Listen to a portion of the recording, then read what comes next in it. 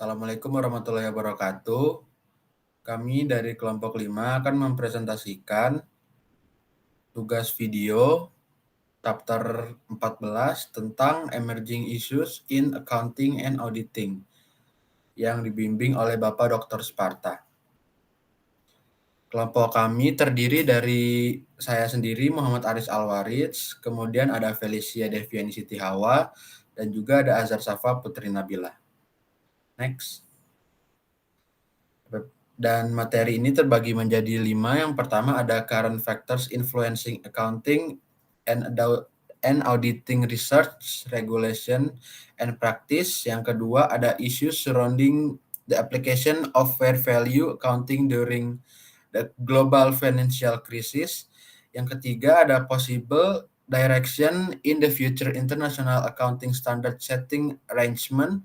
Yang keempat ada Sustainability, Accounting, Reporting, dan Assurance. Untuk yang terakhir ada Other Non-Financial Accounting and Reporting Issues. Next. Yang pertama kita masuk ke Current Factors Influencing Accounting and Auditing Research, Regulation, and Practice. Next. Salah satu pengaruh utama pada penelitian dan praktik akuntansi dan audit yang diteliti adalah pertumbuhan standar akuntansi dan audit yang berlaku secara internasional.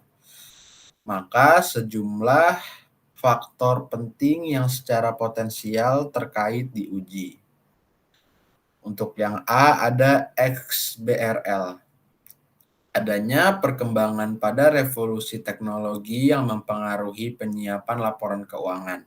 Pada akhir 2008, the US Securities and Exchange Commission memerintahkan 500 perusahaan besar di Amerika Serikat untuk mengarsipkan laporan keuangan tahun 2009 dengan menggunakan Extensible Business Reporting Language atau XBRL. XBRL memungkinkan informasi keuangan untuk disajikan secara lebih interaktif dan mudah digunakan atau user-friendly dengan cara melakukan tagging data individual sehingga data tersebut dapat diolah menggunakan software untuk menghasilkan laporan yang dapat dimodifikasi atau custom design oleh pengguna. Next. Harapan SEC terhadap XBRL adalah mempercepat analisis data keuangan perusahaan dengan memperluas kelompok pengguna dengan mengurangi tingkat kesalahan. Teknik sekarang yang digunakan untuk mengolah laporan keuangan seringkali berisi kesalahan karena dilakukan secara manual atau menggunakan software yang menghasilkan perkiraan data saja.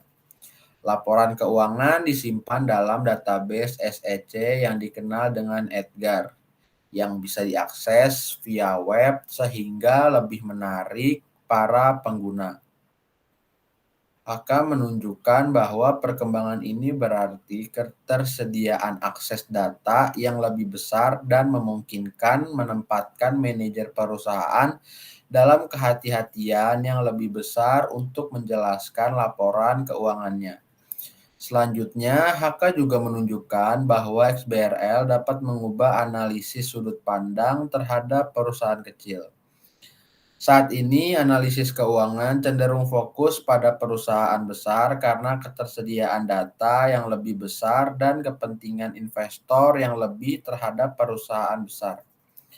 Analis keuangan ini menghasilkan laporan dan informasi yang tersedia bagi investor. Namun, jika ketersediaan data perusahaan kecil tersedia lebih banyak, tidak menutup kemungkinan menarik perhatian analis. Sebagai tambahan, investor pemula percaya diri dengan menggunakan rincian dan komparabilitas data yang lebih besar di antara beberapa perusahaan. Next. Meskipun demikian, Chief Financial Officer atau CFO akan kehilangan kemampuan untuk memilih tingkat pemisahan disaggregation data pada laporan keuangan. Mereka akan mengakui bagian penting dari akuntansi adalah proses pemisahan poin-poin yang serupa dengan tujuan memberikan arti atau meaning terhadap informasi. Pada tingkat yang ekstrim, jika memungkinkan untuk memberi investor akses data yang lengkap sampai tingkat data transaksi, ini akan menjadi tidak berguna karena data tersebut menjadikan data tersebut tidak ada artinya. Arti atau meaning ditambahkan oleh akuntan melalui proses klasifikasi dan penyatuan aggregation yang membolehkan sebagai contoh perhitungan rasio beban tertentu terhadap penjualan. Satu isu terkait XBRL adalah apakah pendekatan audit sekarang atas rekonsiliasi versi cetak dari dokumen terkait XBRL dengan informasi yang berada di SEC memadai. Plumlee dan Plumlee menunjukkan bahwa provisi dan informasi XBRL adalah perpanjangan dari paradigma pelaporan tradisional yang akan mengubah cara penggunaan data keuangan dan data non-keuangan. Pergeseran paradigma ini mengharuskan auditor untuk mempertimbangkan pertanyaan yang lebih dalam daripada hanya melakukan rekonsiliasi output. Pertanyaannya meliputi mempertimbangkan kesalahan dalam XBRL dan apakah materialitas berarti ketika potongan data keuangan akan digunakan di luar konteks laporan keuangan. Materialitas secara tradisional dinilai sebagai dampak keputusan pengguna dan panduan kuantitatif yang menunjukkan hal tertentu dipertimbangkan terpisah dan dalam kesatuan dan dalam proporsi terhadap dasar yang relatif seperti sebagai laba. Next.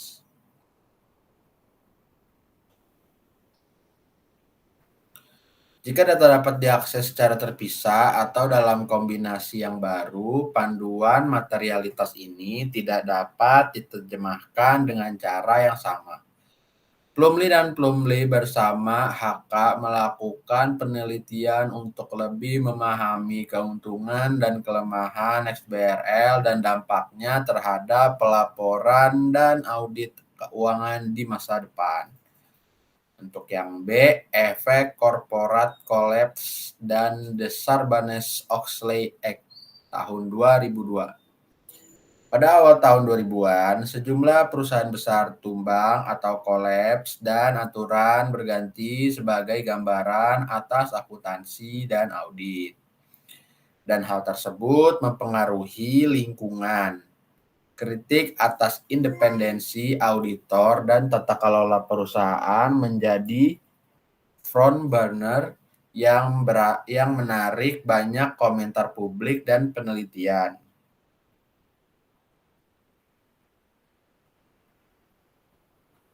Sebagai contoh, di Amerika Serikat sebelum era Sarbanes-Oxley Act 2002, firma audit saling mereview dengan menggunakan sistem peer review dari American Institute of Certified Public Accountants atau AICPA.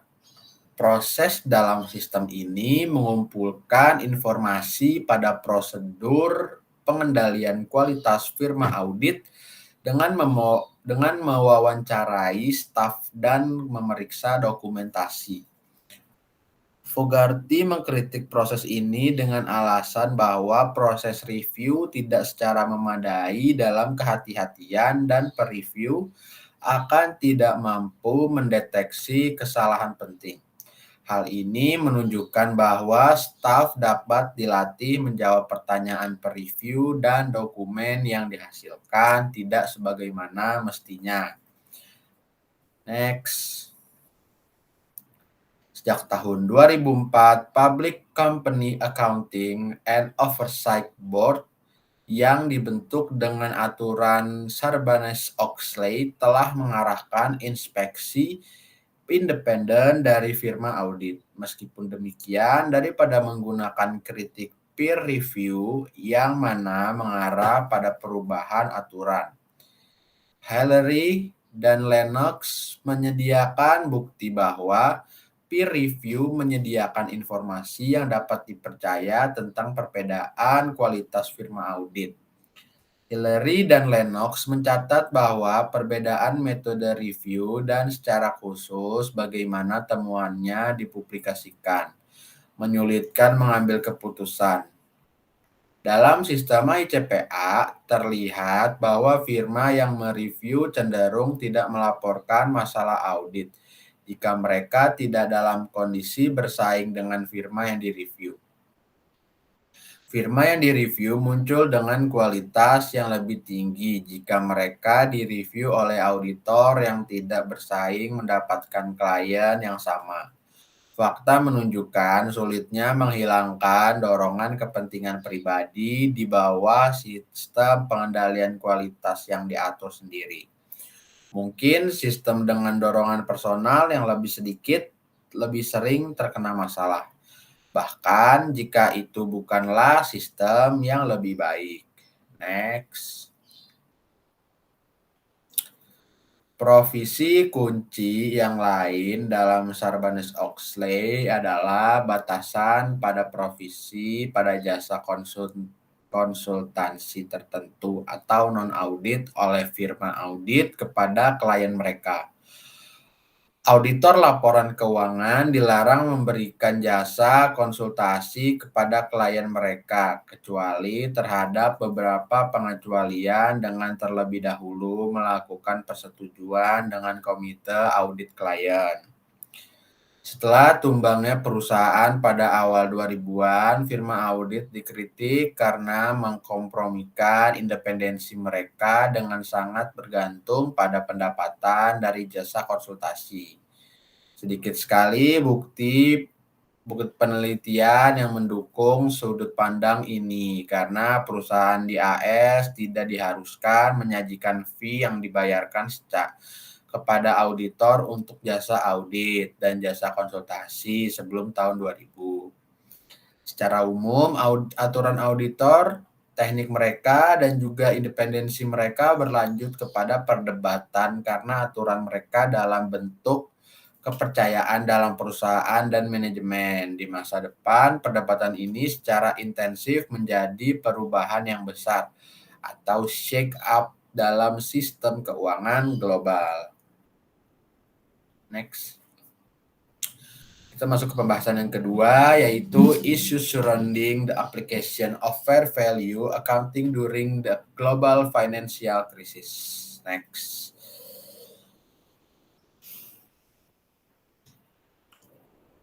Penyebab dari krisis keuangan global GFC yang melanda seluruh dunia pada tahun 2008 dan 2009 merupakan hal kompleks untuk diperdebatkan. Beberapa menganggap praktek menilai aset secara wajar adalah sebagai faktor yang berkontribusi terhadap melebarnya masalah di pasar subprime mortgage AS dan memperburuk lebarnya krisis. Hal ini karena standar akuntansi, terutama standar akuntansi keuangan atau FAS nomor 157 tentang pengukuran nilai wajar, memerlukan write-downs atas nilai investasi yang dipegang oleh bank saat kondisi pasar bergejolak. Write-down ini membatasi kemampuan entitas yang memberikan pinjaman. Menandai aset keuangan ke pasar untuk mencerminkan nilai wajar juga mempengaruhi sisi aktiva dari neraca pinjaman perusahaan dan membatasi kemampuan untuk melakukan pinjaman.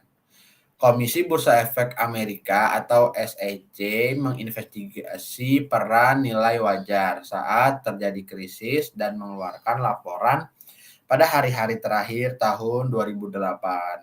Next. SEC diminta untuk menyelidiki peran standar akuntansi seperti FAS nomor 157 atas kegagalan bank yang terjadi pada tahun 2008. Laporan menyimpulkan bahwa kegagalan bank di AS disebabkan oleh kemungkinan kerugian kredit, kualitas aset, dan dalam kasus tertentu mengikis kepercayaan investor dan pemberi pinjaman, dan tidak hanya disebabkan ketika menandai aset keuangan ke nilai pasar. Pandangan tentang peran akuntansi nilai wajar didukung termasuk mantan akuntan SEC yaitu Conrad Hewitt dan Lynn Turner yang memuji akuntansi mark to market untuk meningkatkan transparansi, memungkinkan pengguna dari laporan keuangan untuk melihat kondisi sebenarnya atas situasi ekonomi suatu lembaga. Reaksi dengan standar setter. Pada bulan Oktober 2008, YSB mengubah aturan untuk reklasifikasi aset keuangan sehingga kerugian dari perubahan nilai pasar atas aset tersebut yang dapat dilakukan secara berbeda. Sebelum perubahan aturan, standar internasional diperlakukan seperti kerugian yang akan diambil melalui laporan laba rugi. Setelah perubahan peraturan, aset bisa dipindahkan dalam kondisi tertentu untuk menghindari pengisian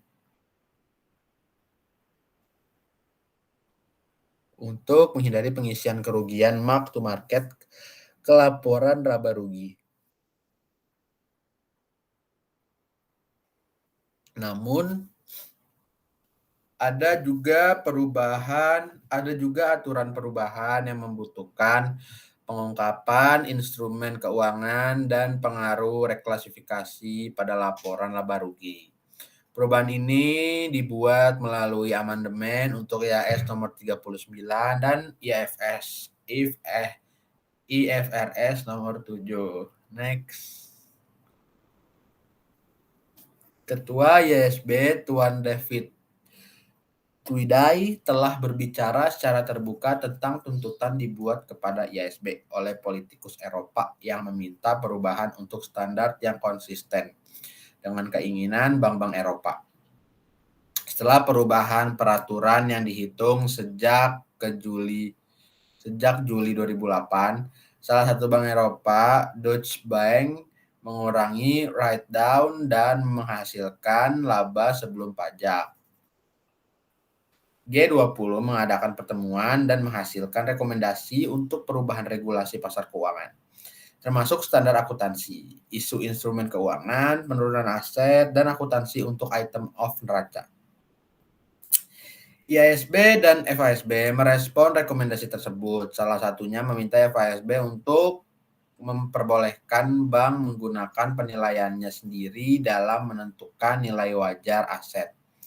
Daripada menggunakan pasar sebagai kriteria objektif, Blundell, Wicknell, Atkinson, dan Lee dalam papernya menjelaskan hal-hal yang membuat krisis keuangan global, yaitu yang pertama, kebijakan likuiditas makro global, yang kedua, kerangka kerja regulasi yang masih minim. Next. Sekarang kita masuk ke auditor dan krisis keuangan global.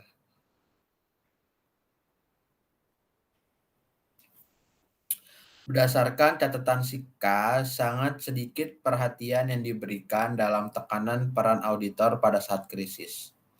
Meskipun beberapa komentator menanyakan nilai audit ketika auditor tidak memprediksi efek dari resiko aset pada neraca beberapa bank, Canadian Institute of Chartered Accounts and the Institute of Chartered Accounts di Inggris dan Wales mengeluarkan publikasi yang menekankan risiko yang dialami auditor ketika menilai nilai aset dan mempertimbangkan jasa perencanaan manajemen untuk memitigasi risiko berkesinambungan dan isu likuiditas selama resesi antisipasi.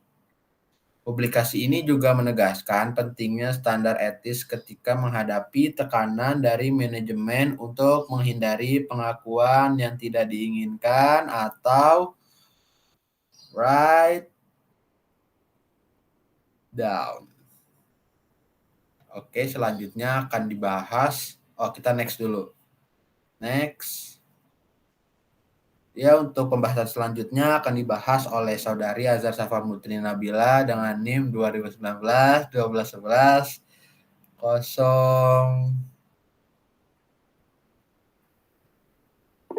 024.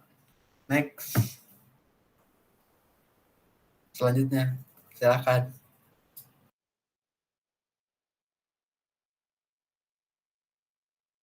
Untuk pembahasan yang ketiga, itu possible directions in the future international accounting standard setting arrangement.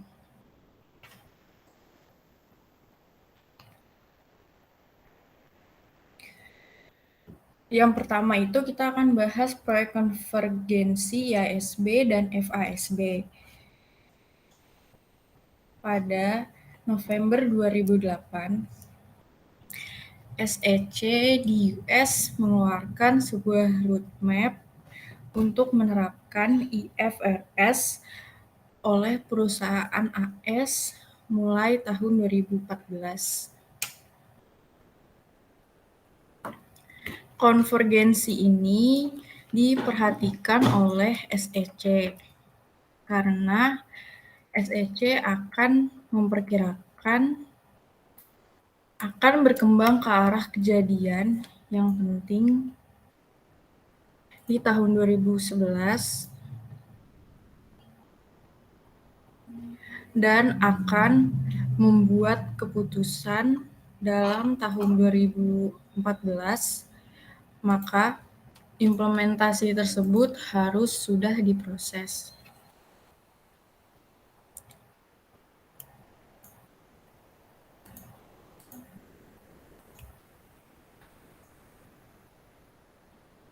Kejadian penting tersebut berhubungan dengan yang pertama, perbaikan dalam standar akuntansi.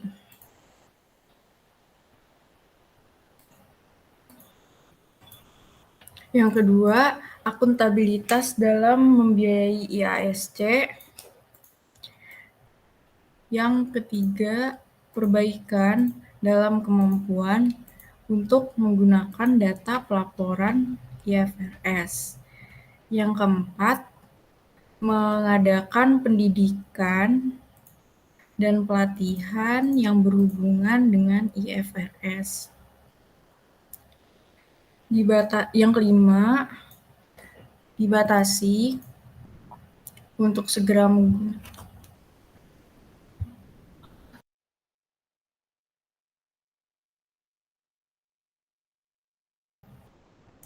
Yang kelima, dibatasi untuk segera menggunakan IFRS, di mana hal ini akan mempertinggi komparabilitas untuk investor US. Yang keenam, mengantisipasi pemilihan waktu pembuatan peraturan mendatang oleh komisi. Yang ketujuh, mengimplementasikan perintah dengan menggunakan IFRS oleh issuers.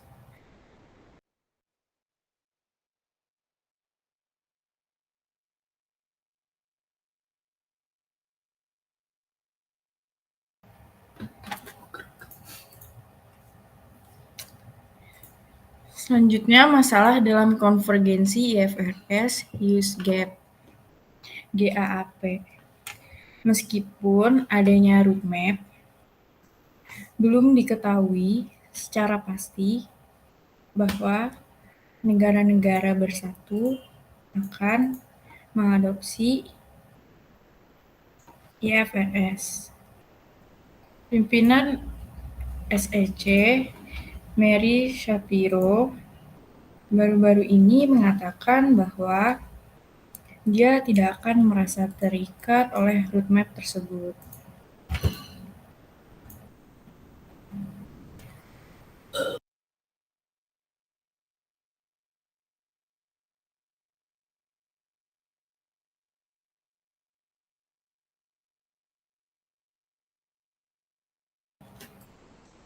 Dia menambahkan bahwa ada beberapa kekhawatiran tentang standar IFRS umum dan tidak siap untuk mendelegasikan pengaturan standar atau tanggung jawab pengawasan IASB.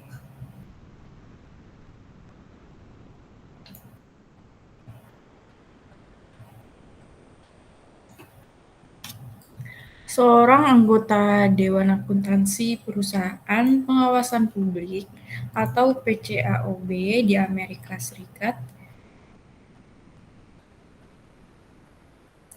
Charles Niemeyer juga mengkritik tujuan konvergensi. Perhatian utamanya adalah bahwa beralih ke IFRS akan membiarkan US dengan aturan yang lebih sulit untuk ditegakkan.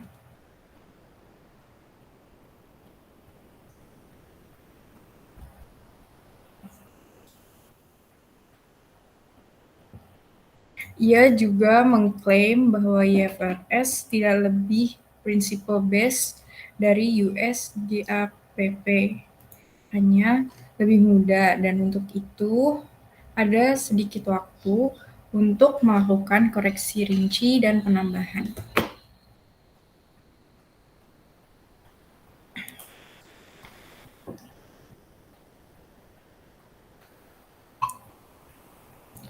Pihak lain juga mengungkapkan keprihatinan sehubungan dengan tekanan politik ditempatkan pada IASB pada akhir 2008 yang memaksa perubahan aturan pada bank menggunakan nilai wajar. Namun, beberapa komentator telah mengakui bahwa SEC dan FASB tidak sepenuhnya kebal dari tekanan politik tersebut.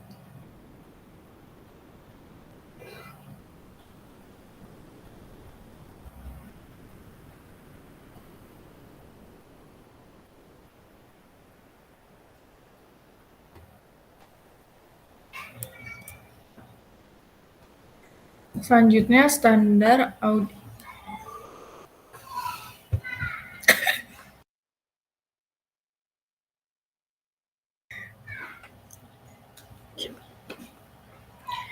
HK melaporkan bahwa beberapa akuntan menunjukkan beralihnya ke IFRS akan memerlukan standar audit dan praktek di US dengan merubah cara dari model penilaian sesuai dengan aturan dalam standar akuntansi untuk penilaian keseluruhan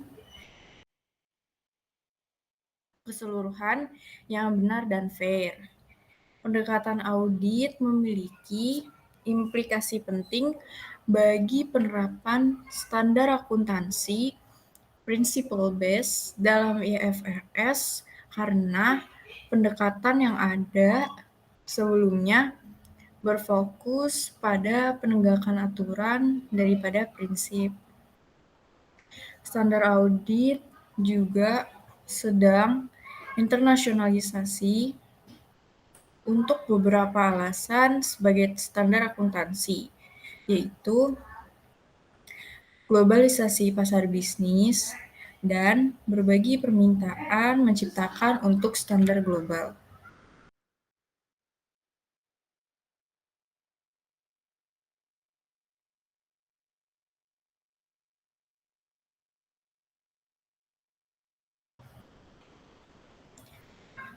Bahasan yang keempat itu tentang sustainability accounting, reporting, and assurance.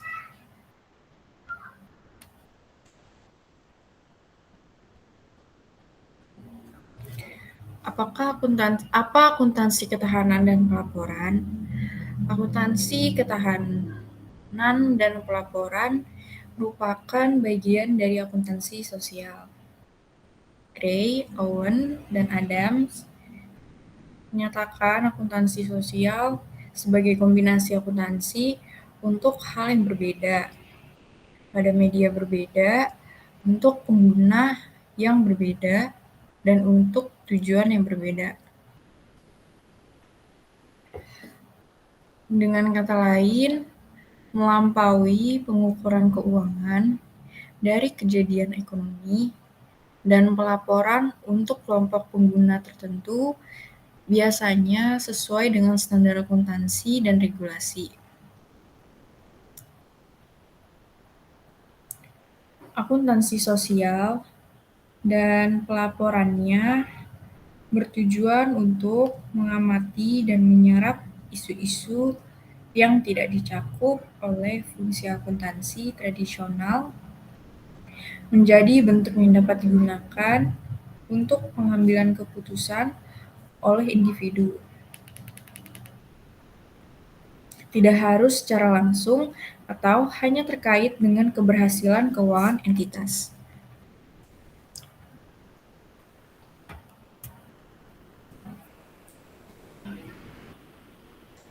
Akuntansi sosial dapat termasuk kategori 4 dan 5 dari asumsi ontologis.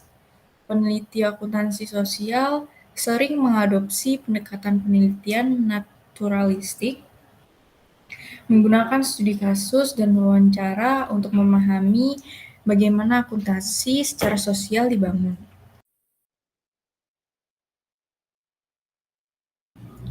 Istilah ketahanan digunakan dan diinterpretasikan dalam berbagai bentuk. Hal ini dapat dianggap sebagai pemenuhan kebutuhan saat ini tanpa mengkompromikan kemampuan generasi mendatang untuk memenuhi kebutuhan mereka sendiri. Berdasarkan definisi ini, ketahanan berkaitan dengan perlindungan lingkungan atau ekoefisiensi sekaligus sebagai keadilan antara masyarakat dan generasi atau eco-justice. Definisi tersebut berarti bahwa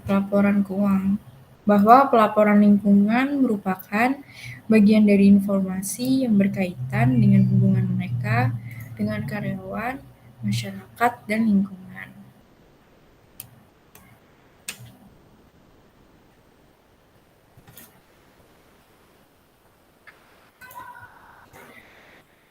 Perkembangan saat ini dalam pelaporan ketahanan. Perusahaan yang mengadopsi pedoman GRI dapat mendaftarkan laporannya dengan GRI. Dan pada bulan Maret 2009, hampir 1.000 laporan untuk 2008 telah mendaftar.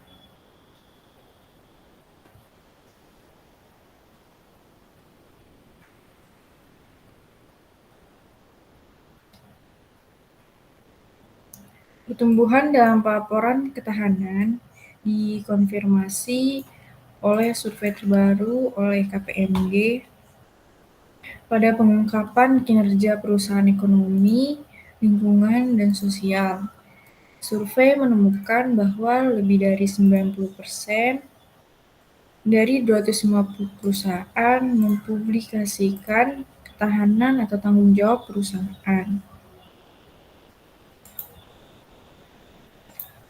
KPMG juga melaporkan bahwa 70% dari pelaporan perusahaan di seluruh dunia menggunakan pedoman GRI. Mungkin karena kredibilitas dari standar dan adanya keuntungan yang diperoleh dari penggunaan standar operasi mereka secara konsisten.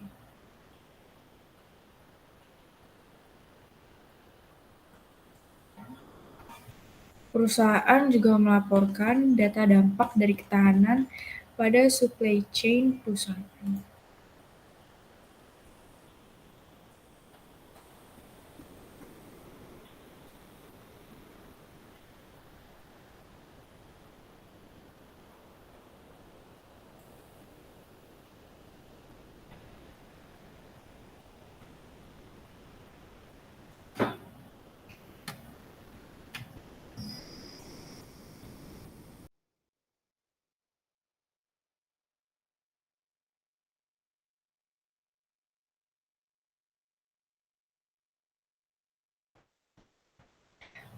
Bentuk dari pelaporan ketahanan telah berubah pada masa kini terkait beberapa perkembangan.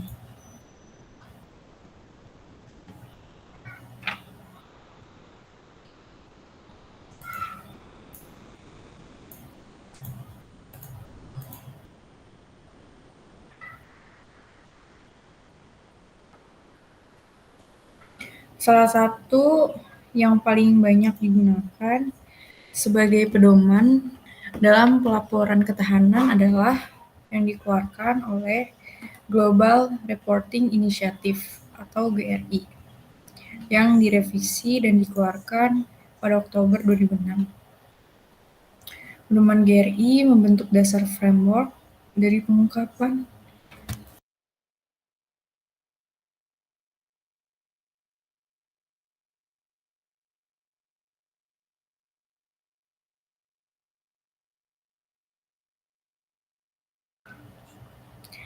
pengungkapan ketahanan dan berisi prinsip dan petunjuk serta standar pengungkapan untuk semua tipe organisasi.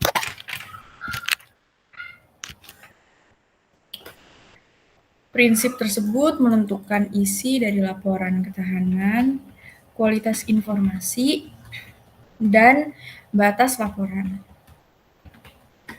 Standar pengungkapan termasuk strategi dan profil ketahanan organisasi, pendekatan manajemen, dan indikator performa. Pedoman GRI sesuai dengan tujuan perangkat konseptual yang digunakan dalam pedoman pelaporan keuangan.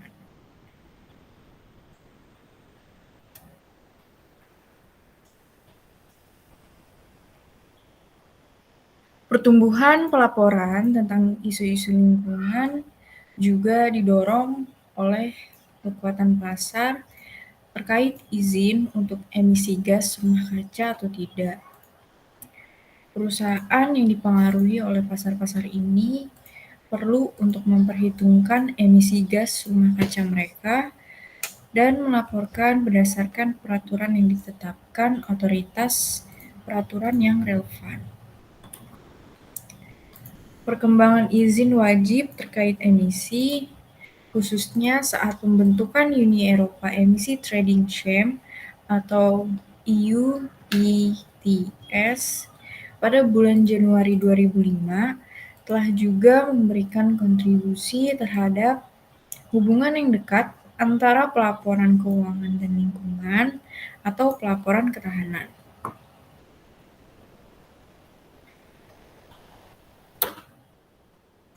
Hal ini disebabkan kebutuhan untuk mempertimbangkan hak-hak atau izin emisi dan kewajiban yang timbul sebagai akibat dari emisi yang dibuat.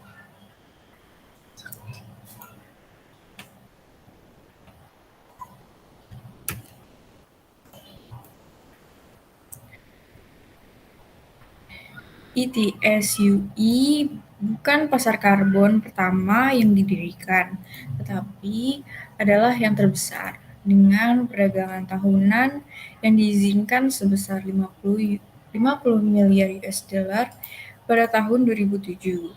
Dalam periode sebelum pengenalan Uni Eropa ETS, International Financial Pelaporan Komite Interpretasi atau IFRIC, suatu badan pendukung IASB, merilis sebuah dokumen resep perlakuan akuntansi yang dapat diterima untuk hak-hak emisi.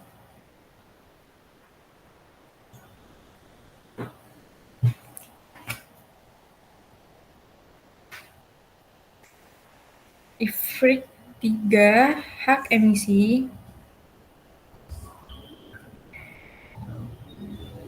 diperlukan perusahaan untuk memperlakukan seluruh tunjangan sebagai aset tidak berwujud.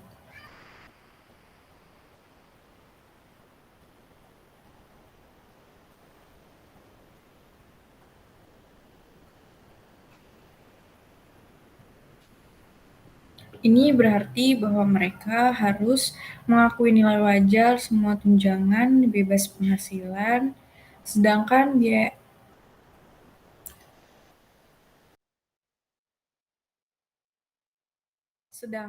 biaya emisi yang sesuai akan diakui secara bertahap sebagai akumulasinya.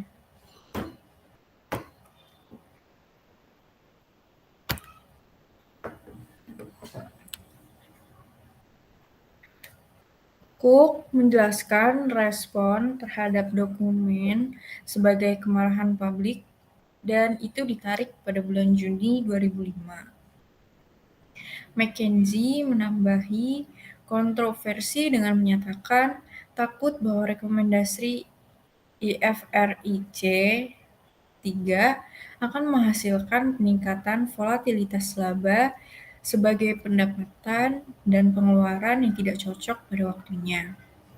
McKinsey berpendapat bahwa perusahaan lebih memilih untuk memperlakukan hak emisi sebagai instrumen keuangan dan menerapkan akuntansi lindung nilai berdasarkan IAS 39. Hal ini akan memungkinkan perusahaan untuk kemudian menghapus tunjangan dan emisi terkait, menghapus karbon dari neraca. Sebuah laporan oleh PricewaterhouseCoopers atau PwC dan Asosiasi Perdagangan Emisi Internasional atau IETA menunjukkan sedikit dukungan untuk metode akuntansi IFRIC 3, serta variasi substansial dalam akuntansi untuk hak emisi. Survei mereka menunjukkan bahwa 6 metode utama dalam menghitung hak emisi saat ini digunakan di perusahaan-perusahaan Eropa, dengan kewajiban diakui sebesar nilai tercatat tunjangan yang telah diberikan atau dibeli dengan saldo pada harga pasar yang berlaku.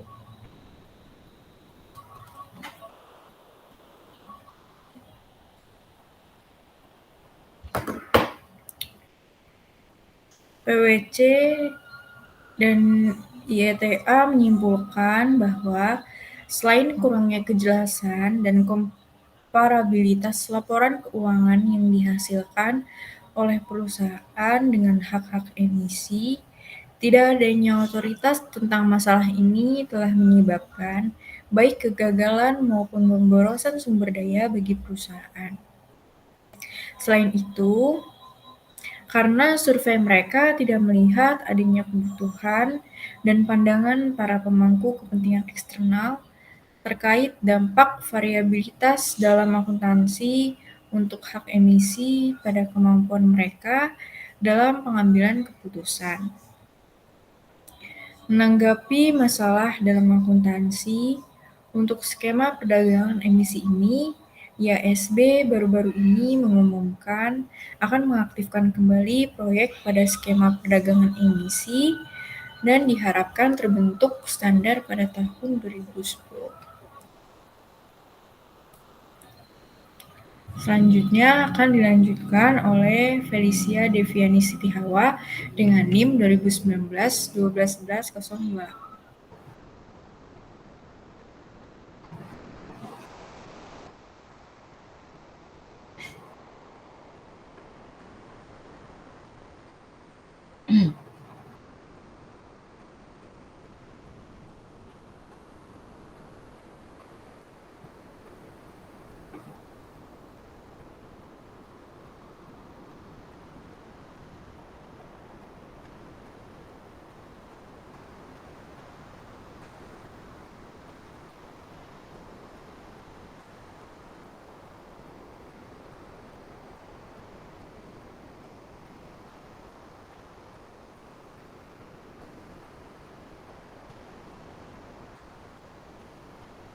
Selanjutnya, perkembangan saat ini dalam pelaporan ketahanan.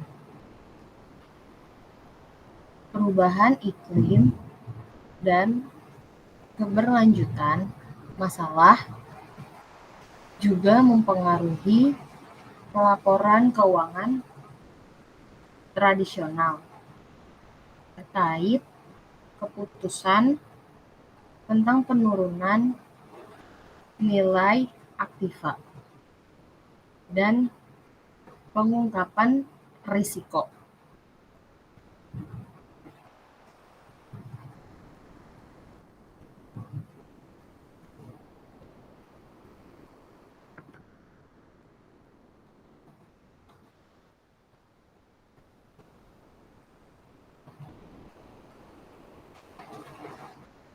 perubahan iklim dapat menimbulkan ancaman fisik untuk nilai aset. Misalnya, dataran rendah. Pantai dapat meningkatkan risiko banjir. Selain itu, nilai aset operasional dipengaruhi oleh penurunan permintaan untuk operasional.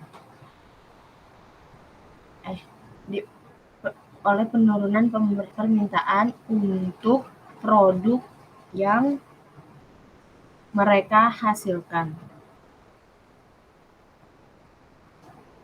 Sebagai contoh, pergeseran permintaan dari peralatan tinggi energi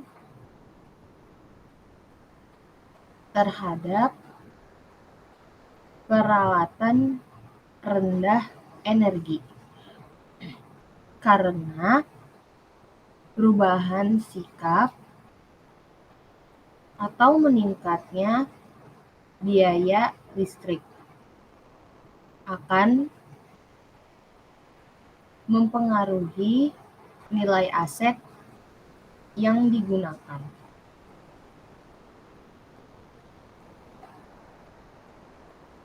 Untuk membuat peralatan energi tinggi.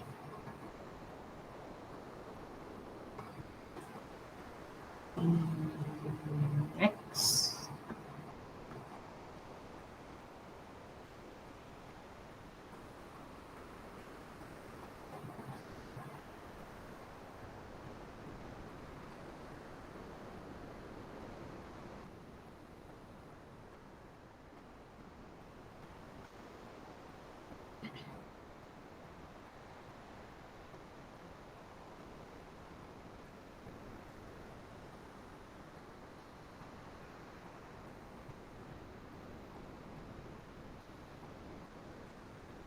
Selanjutnya, perkembangan saat ini dalam pelaporan ketahanan. Selanjutnya, perusahaan asuransi di Amerika Serikat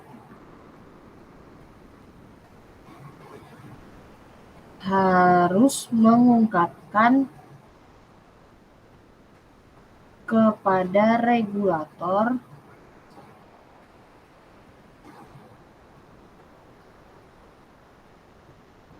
asuransi bagaimana perubahan iklim akan mempengaruhi bisnis mereka.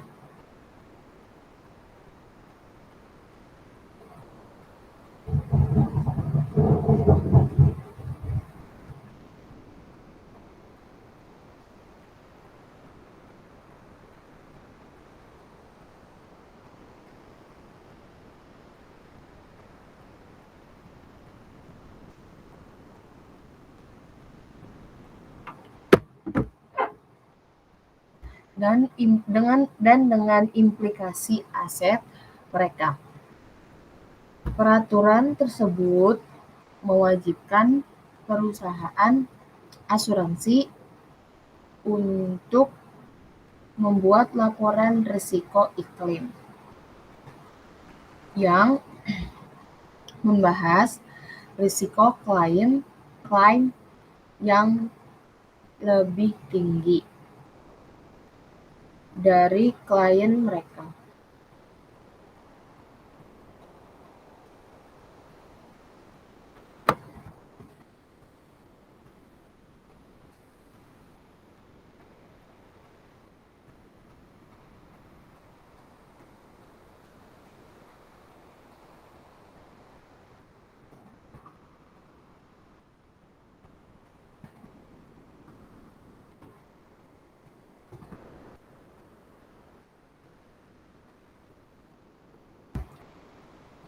Peraturan tersebut mewajibkan perusahaan asuransi untuk membuat laporan risiko iklim yang membahas risiko klaim yang lebih tinggi dari klien yang mereka karena peristiwa cuaca ekstrim.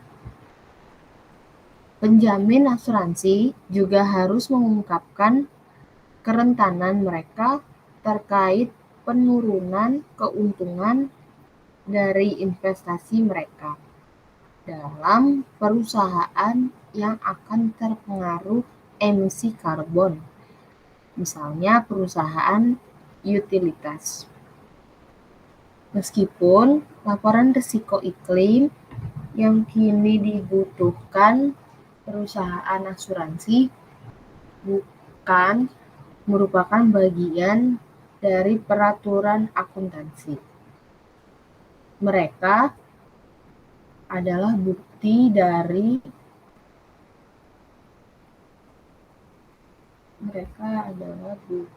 dari kecenderungan investor dan pemangku kepentingan yang lainnya dalam menuntut informasi yang lebih baik tentang bagaimana perubahan iklim akan mempengaruhi keuntungan perusahaan.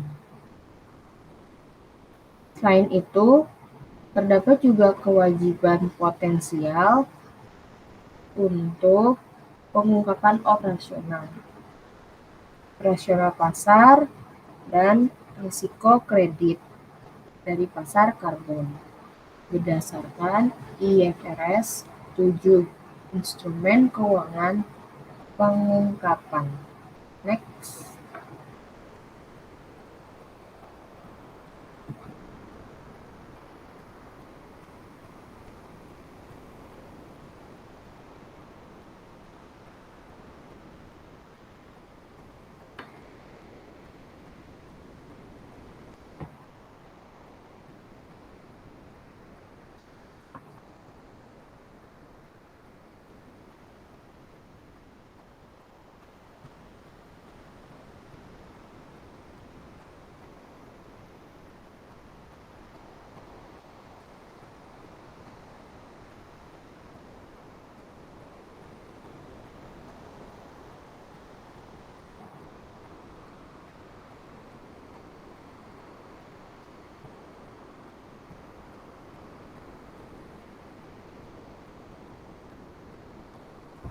Kecenderungan dalam keyakinan laporan keberlanjutan.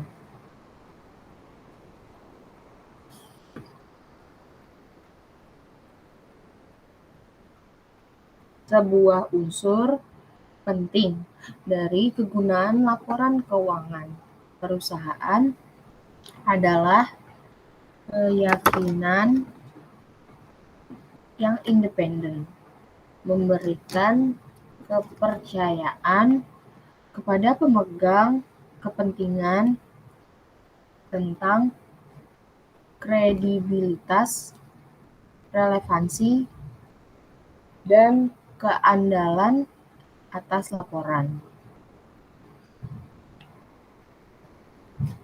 Perbedaan antara audit dengan review adalah tingkat keyakinan yang diberikan oleh auditor terkait keandalan informasi yang diberikan oleh perusahaan.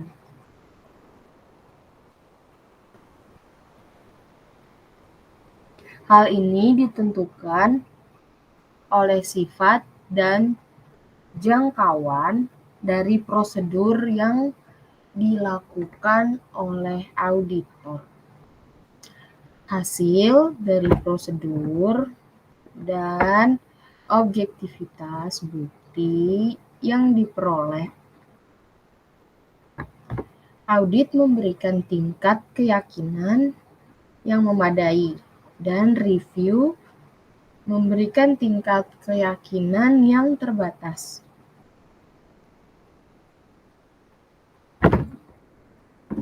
Beberapa perusahaan mencari keyakinan atas laporan keberlanjutan mereka. Greenwashing adalah praktik menyebarluaskan informasi yang salah, sehingga menampilkan image publik bertanggung jawab kepada lingkungan. Next.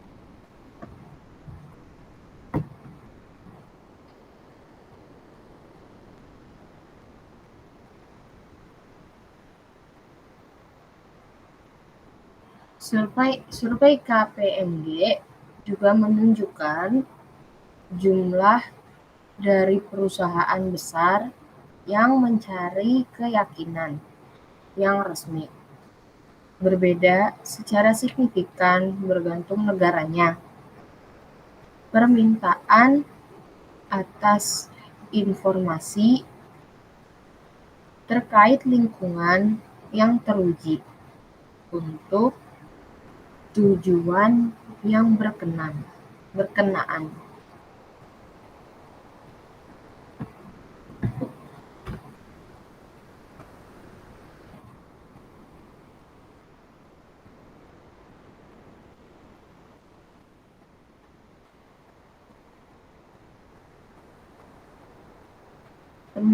atas informasi terkait lingkungan yang teruji untuk tujuan yang berkenaan dengan peraturan dapat mengarahkan syarat informasi yang terjamin bagi kelompok pemegang kepentingan yang lebih luas. Nampaknya terdapat perubahan di sikap terhadap pelaporan keberlanjutan dan keyakinan di Amerika Serikat dengan syarat pernyataan keyakinan resmi. Dalam laporan pertanggungjawaban meningkat dengan cepat dari 2% pada tahun 2002 menjadi 14% pada tahun 2008. Perubahan ini dapat disebabkan karena berakhirnya era pemerintahan Bush dan kegiatan kelompok pelobi seperti Ceres yang berbasis di Boston.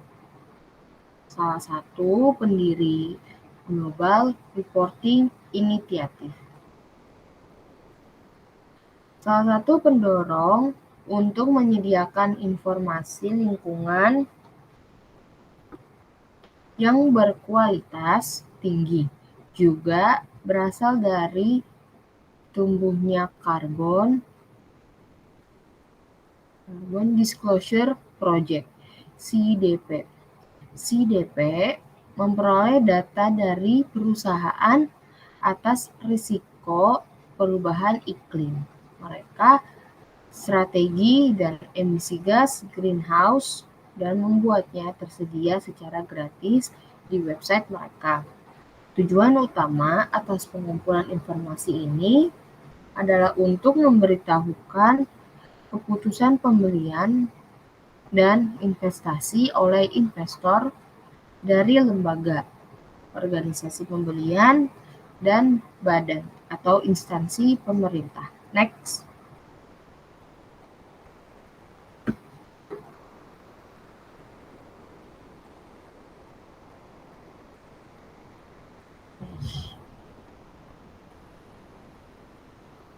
Mengapa mencari keyakinan atas laporan keberlanjutan? Audit diyakini memberikan manfaat dengan meningkatkan kredibilitas pernyataan keuangan yang disiapkan oleh manajemen dan meningkatkan kualitas dari sistem akuntansi entitas karena berdasarkan umpan balik atas proses audit. Menerapkan teori ini ke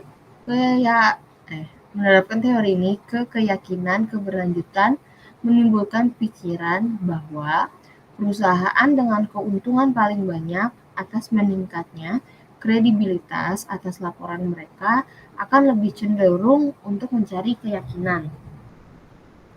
Perusahaan dengan keuntungan paling banyak atas laporan yang lebih kredibel adalah kemungkinan besar mereka yang sangat terlihat.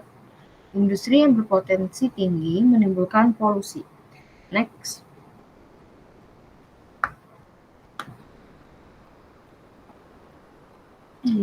Standar keyakinan berkelanjutan. Terdapat pedoman yang berkuasa atas perjanjian keyakinan dalam laporan keberlanjutan dan informasi emisi karbon. ISAE 3000 Assurance Engagement other than audits or reviews of historical financial information diterbitkan oleh IAASB. Menyediakan beberapa pedoman umum namun tidak langsung menuju pada isu yang spesifik, sehingga dapat diterapkan secara tidak konsisten oleh pemberi keyakinan. AA1000 IS memberikan pedoman keyakinan laporan keberlanjutan yang mengevaluasi ketaatan entitas kepada AA1000 accountability principles dan kualitas atas informasi yang diungkap kepada publik atas kinerja berkelanjutan. Next.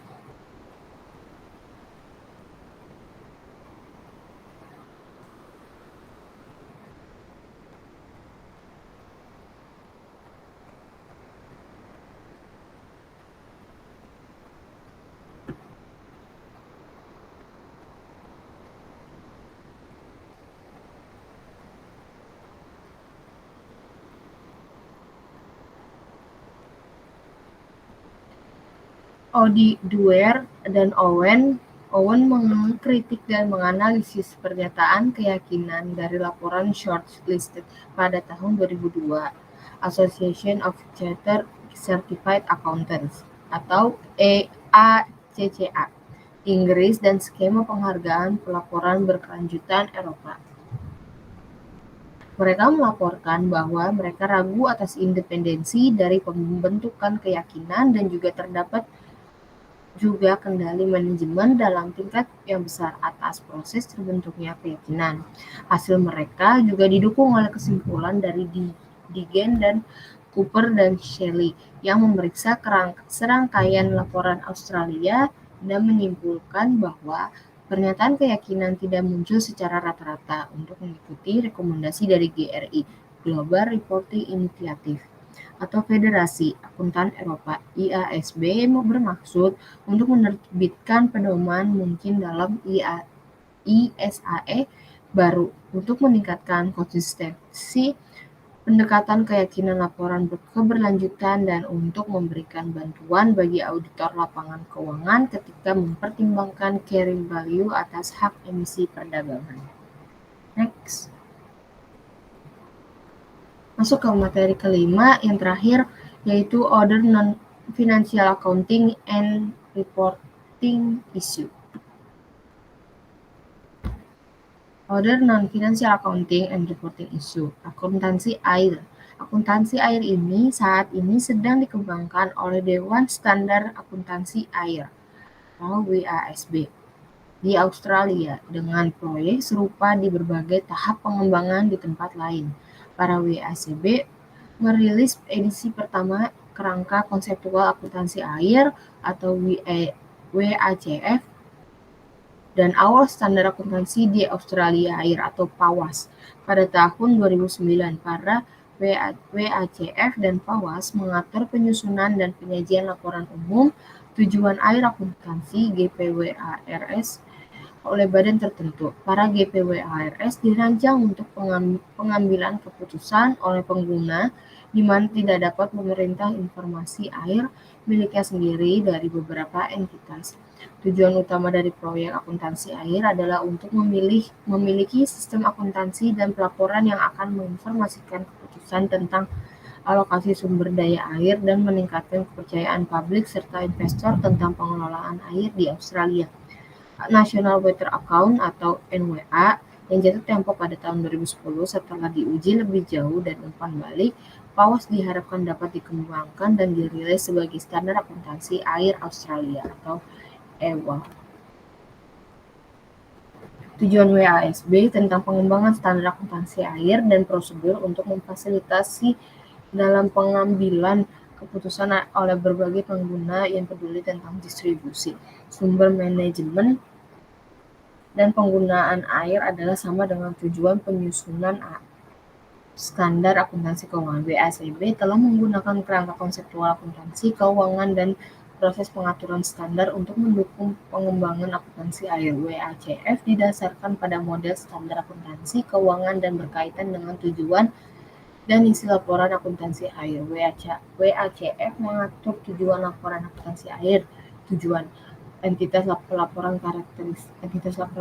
karakteristik kualitatif dan dari informasi yang dilaporkan, unsur-unsur dari laporan-laporan ketika elemennya diakui dalam tujuan umum laporan akuntansi air dan bagaimana mengukurnya, serta pengungkapan kepatuhan dan jaminan. Sistem akuntansi air diadopsi oleh WASB adalah sistem akrual di mana laporan entitas untuk air akan meliputi yang pertama, pernyataan arus air fisik, yang kedua pernyataan air aktiva dan kewajiban air, yang ketiga pernyataan perubahan aktiva air dan air kewajiban, yang keempat pengungkapan catatan, yang kelima pernyataan kepatuhan, dan yang terakhir pernyataan jaminan.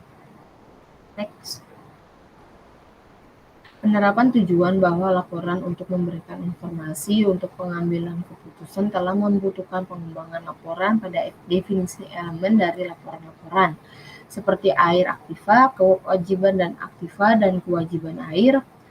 Sebagai contoh, kerangka konseptual mendefinisikan aset air sebagai berikut. Aset air adalah air atau hak atau klaim air untuk air, di mana pelaporan air oleh entitas atau ditahan atau untuk entitas pelapor air memiliki tanggung jawab manajemen air dan dari mana seorang individu atau organisasi yang merupakan entitas pelaporan air atau grup pemangku kepentingan badan air fisik memperoleh manfaat masa depan. Laporan akuntansi air akan memberikan informasi tentang saham dan arus sumber daya air, bukan hanya data dan klaim yang dibuat oleh manajer yang bergantung pada data dan yang bersumber di luar sistem formal akuntansi, seperti dalam pelaporan keberlanjutan dengan cara yang sama bahwa auditor laporan keuangan menambah nilai atas laporan keuangan dengan meningkatkan kredibilitas mereka. Diharapkan bahwa laporan air akan diaudit. Auditor bisa memberikan jaminan pada laporan air dengan menggunakan keterampilan yang sama dan teknik yang digunakan untuk laporan audit keuangan, meskipun mereka kemungkinan akan perlu mencari pendapat mengenai masalah teknis dari insinyur dan ahli kualitas air. Next. Standar akuntansi air adalah contoh dari asumsi ontologis bahwa akuntansi adalah struktur beton dan proses. Premis yang mendasari adalah bahwa saham dan arus realitas objektif dan air sebelum beton dan dapat dipertanggungjawabkan dengan kerangka terstruktur. Akuntansi air juga merupakan contoh yang tidak biasa dan inovatif dari perpanjangan kerangka akuntansi keuangan untuk konteks non-keuangan. Jika akhirnya berhasil, itu bisa mendorong formalisasi standar dalam aplikasi pelaporan non-keuangan. Next. Akuntansi air versus akuntansi emisi gas rumah kaca atau GGP. Satu perbedaan kunci antara standar akuntansi air dan standar GGP adalah penekanan sebelumnya atas akuntansi untuk saham dan arus air yang menggunakan proses akrual. Pendekatan pengukuran akuntansi air berasal dari adopsi eksplisit atas tujuan untuk menghasilkan informasi untuk membantu pengambilan keputusan yang merupakan tujuan yang sama dengan kerangka konseptual akuntansi keuangan. GGP menyediakan standar untuk membantu perusahaan dalam mempersiapkan persediaan gas rumah kaca yang menyajikan suatu akun kebenaran dan adil atas emisinya dan menekankan karakteristik kualitatif atas relevansi, kelengkapan, konsistensi, transparansi, dan akurasi. Namun, standar GGP dirancang untuk membantu perusahaan dalam mengukur dan melaporkan keputusan, bukan untuk memastikan bahwa semua informasi yang diperlukan oleh stakeholder eksternal dalam pengambilan keputusan mereka disediakan dalam bentuk yang mereka inginkan. Meskipun informasi disajikan di bawah standar GGP, informasi yang disajikan tidak lengkap dan berupa perkiraan informasi yang dihasilkan tidak menyediakan pengguna akuntansi akrual atas aktivitas perusahaan terhadap persediaan gas rumah kaca di lingkungan dengan pelaporan terbatas atas emisi tidak langsung dan masalahnya pengukuran dibuat dengan pendekatan faktor emisi. Next. Beberapa isu yang timbul dari pendekatan faktor emisi dalam standar GGP berkaitan dengan pemilihan dan penerapan faktor emisi dan kualitas data kegiatan. Penerimaan faktor emisi sebagai alat pengukuran yang valid berarti bahwa standar GGP tidak mengizinkan pembuat keputusan untuk memiliki tingkat kepercayaan di laporan informasi GHG bahwa standar akuntansi air yang bertujuan untuk menyediakan. Mereka juga mengangkat isu-isu yang berbeda dengan auditor. Untuk auditor, gerakan menuju sistem akuntansi yang terintegrasi penuh secara akrual untuk emisi gas rumah kaca akan memberikan kesempatan bagi auditor untuk membuat sedemikian opini. Namun, meskipun keterbatasan standar GGP dan upaya lain untuk mengukur emisi gas rumah kaca, sistem ini berarti bahwa untuk pertama kalinya dalam sejarah terdapat perusahaan yang melaporkan data emisi gas rumah kaca. Para GGP dan standar akuntansi air yang keduanya adalah hasil bukti atas tekanan oleh pemerintah untuk memperoleh data pada sumber daya yang langka, selain yang tradisional ditangkap oleh sistem akuntansi keuangan. Dengan demikian, mereka menuju ke yang lebih luas dan mungkin akhirnya lebih penting masa depan akuntansi di abad 21 dan seterusnya. Next. Sekian presentasi dari kelompok 5. Apabila ada kekurangan mohon dimaafkan. Wassalamualaikum warahmatullahi wabarakatuh.